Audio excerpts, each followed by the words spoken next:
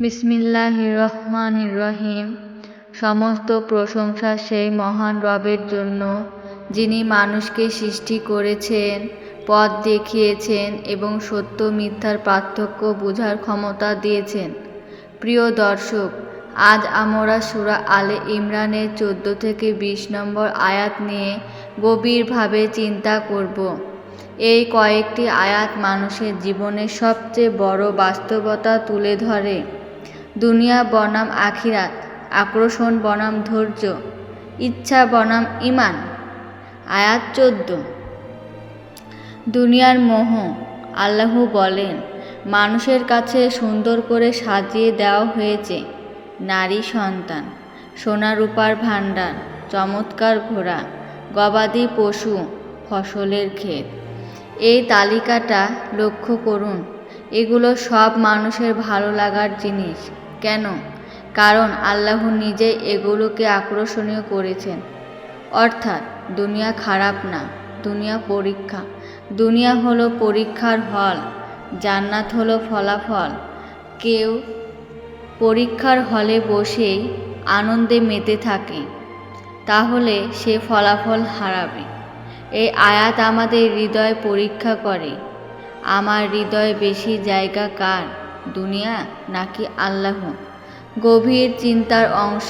একটু ভাবুন, আমরা কত সময় দিই টাকা উপার্জনে, কত সময় দিই দুনিয়ার পরিকল্পনায়, আর কত সময় দিই আখিরাতের জন্য।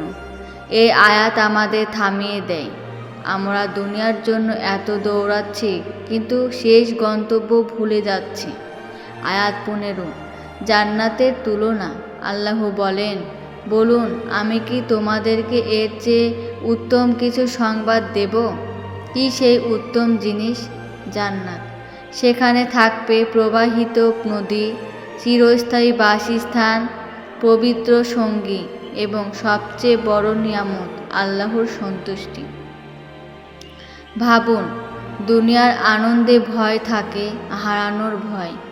কিন্তু জান্নাতের আনন্দে কোনো ভয় নেই, কোনো মৃত্যু নেই, কোনো অসুখ নেই, কোনো কষ্ট নেই। আয়াত 16। মুমিনের হৃদয়ের ভাষা।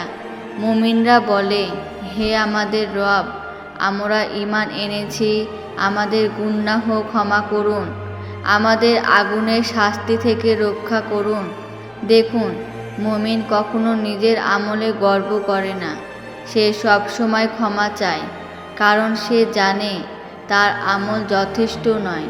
আল্লাহর রহমতই তার ভরসা। আয়াত 17। সত্যিকারের মুমিন কারা? আল্লাহ 5টি গুণ বলেছেন: ধৈর্যশীল, সত্যবাদী, অনুগত, দানশীল, শেষ রাতে ক্ষমা প্রার্থনাকারী। এই 5টি গুণ আসলে ঈমানের স্তম্ভের মতো। ধৈর্য ছাড়া ঈমান টেকে না, সত্য ছাড়া ঈমান পূর্ণ হয় না, ইবাদত ছাড়া ঈমান শক্ত হয় না, দান ছাড়া ঈমান সুন্দর হয় না, তাহাজ্জুদ ছাড়া ঈমান আলোকিত হয় না।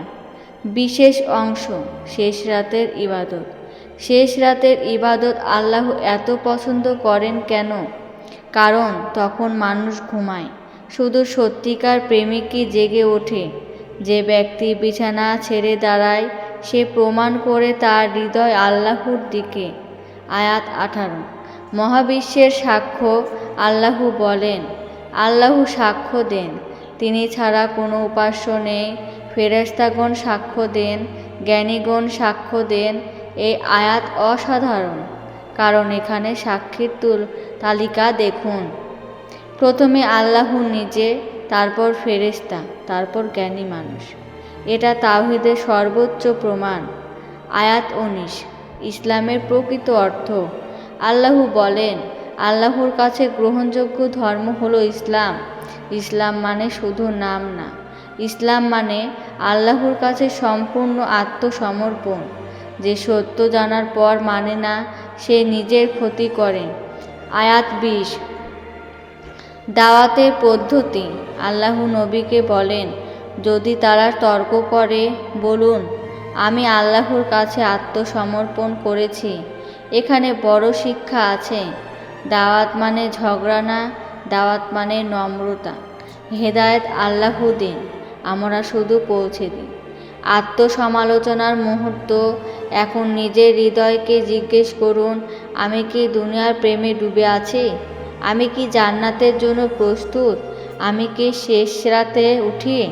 আমি কি সত্যবাদী?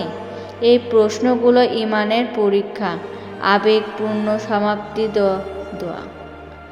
হে আল্লাহ, দুনিয়ার মোহ থেকে আমাদের হৃদয়কে মুক্ত করুন, আমাদের অন্তরকে আপনার দিকে ফিরিয়ে দিন, আমাদেরকে সত্যিকারের মুমিন বানান, আমাদেরকে জান্নাতের অধিবাসী করুন। আমিন।